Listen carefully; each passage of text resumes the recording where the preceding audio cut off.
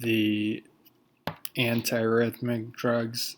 Prior to watching this video, it's very important you have a good understanding of the cardiomyocyte action potential curve and the nodal, the pacemaker action potential curve. So let's get started. Class 1 are sodium channel blockers, Class 2 are beta blockers, Class 3 are potassium channel blockers, Class 4 are your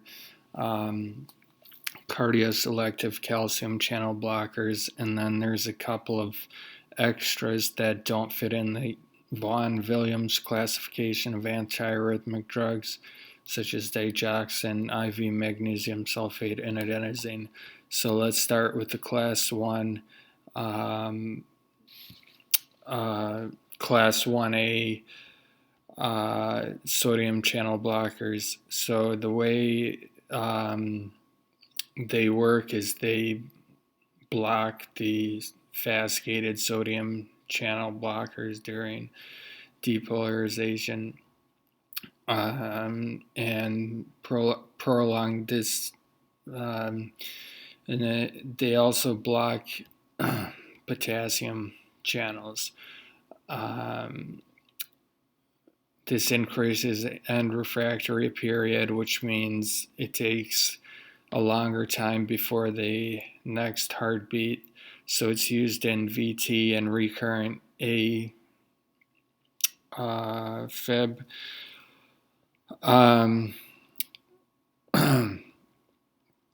Drugs in this class are procainamide and quinidine. The side effects are headaches, tinnitus, and blurred vision for both. Disopyramide has anticholinergic effects. The way to remember these three drugs is the queen proclaims disopyramide, so disopyramide is disopyramide, queen is for quinidine, and proclaims is for procainamide. So moving on to class 1B, the way to remember the class 1B sodium channel blockers is I'd buy Liddy's Mexican tacos, and that Liddy's is for lidocaine and Mexican tacos is for mexiletine. Mexiletine causes nausea and vomiting, lidocaine causes seizures. This one blocks the sodium channel, so you get so anytime you block the sodium influx into the cell to reach the threshold for the depolarization, when you decrease that, you're basically decreasing ERP in most instances.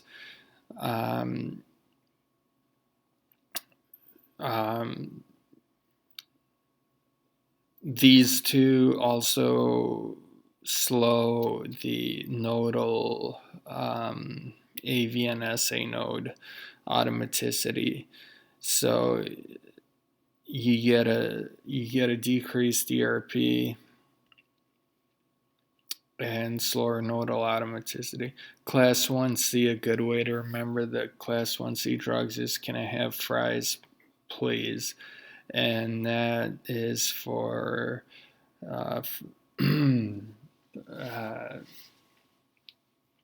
flecainide and propafenone.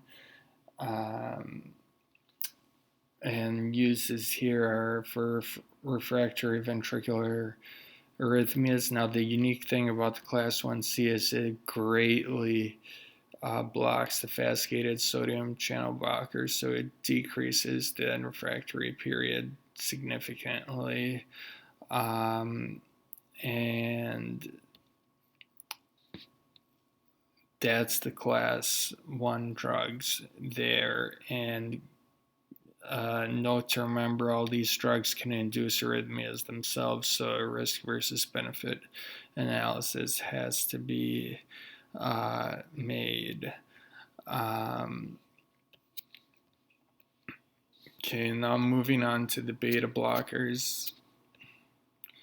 Here, what you'll see is the nodal pacemaker curve, because the beta blockers work by depressing the SA nodal automaticity, which decreases the slope 4. And that just means what happens is you get a slower heart rate, and you also get a decreased contractility. It's used for AFib. You can remember it's used for AFib because it's opposite of what you would think. You'd think for fibrillation you want to do rhythm control, but the goal is rate control. Here in orange, I drew so what it does is decrease phase for the slow leakage of Na plus to reach threshold. This is beta blocker overdose. If you overdose on beta blockers, you get severe bradycardia. And the antidote for that is glucagon, saline, and atropine. But that's just to demonstrate beta blocker overdose. But in general, it depresses SA nodal automaticity, which means it takes longer for the next heartbeat to occur. Some important side effects are impotence, bradycardia, as I talked about, heart failure if you take too high a dose, and if you're going for 250s, unopposed alpha-1 agonism, and pheochromocytoma and cocaine toxicity. And they always teach you in medical school, don't give beta blockers for cocaine toxicity, or because you'll have unopposed alpha-1 agonism. And that's highly debated in the literature. Another big one is patients with asthma and COPD. If you give them beta-2 blockers, that can exacerbate it, so make sure only beta-1 adrenergic blockers in those patients. Moving on to class 3 anti-arrhythmics, which are the purely calcium channel blockers. It's used for a wide variety, supraventricular tachycardia, AFib, and VT. It basically, by blocking the K plus efflux during phase 3 of repolarization, basically what you're doing, you're prolonging the end refractory period and slowing down the heart rate, which generally you always, in arrhythmias, it's always rate control. You want to lower the heart rate. Drugs, main drugs here are amiodarone. I like how someone called it the lazy man's antiarrhythmic, because it's very effective, but it has many side effects. The most important one is pulmonary fibrosis. Other smaller ones, blue-gray skin, discoloration syndrome, corneal microdeposits, neuropathies, thyrotoxic because it contains iodine. It's hepatotoxic, and all of this, many of this due to long half-life. Dronedarone is similar to amiodarone, but it has a shorter half-life, it's less effective, doesn't have iodine, so it's not thyrotoxic. Cetalol is also a class 2 beta blocker, but it is a potassium channel. It's in the class of potassium channel because that's where it acts mainly. So don't get confused with that one. Dofebutilide and ifubutylide are the most selective potassium channel blockers, but they're highest risk of inducing arrhythmias, so they're administered in ER setting only. You should know what you're doing if you give those drugs. Class 4 are the non-dihydropyridine calcium channel blockers, the verapamil, diltiazem. They prevent calcium from leaving the cytosol, and so you have less calcium binding in the sarcoplasmic reticulum, which slows the nodal automaticity. It's used in SVT and AFib. So you see, you block the calcium, and what happens is you slow your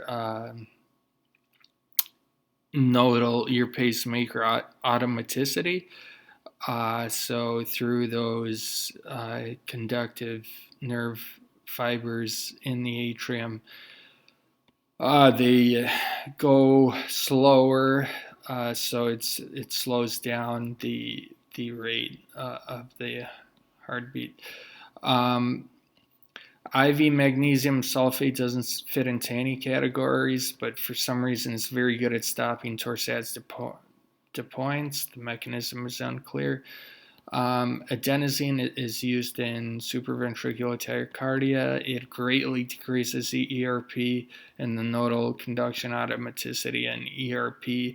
Essentially, it gives you a temporary cardiac arrest and resets the nodal automaticity, which is patients feel like they have crushing chest pain because you're basically giving them a very brief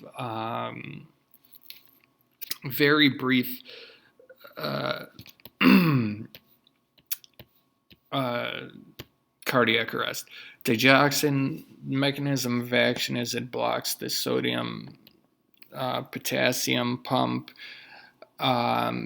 This is the cardiac cell, and what this causes is that calcium sodium exchangers go both ways. So when digoxin blocks the sodium K plus, what you get is a lot of sodium leaving the cell, a lot of calcium entering the cell.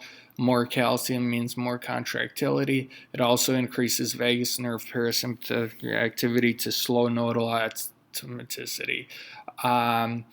It's very effective, but bad long term because it causes hypertrophy, and you need more and more of the drug, and eventually you need a digoxin pump. So it's the nature of medicine. The best drugs tend to have poor long-term outcomes. Thank you for watching. I hope you find this useful, and leave any comments below. Thank you.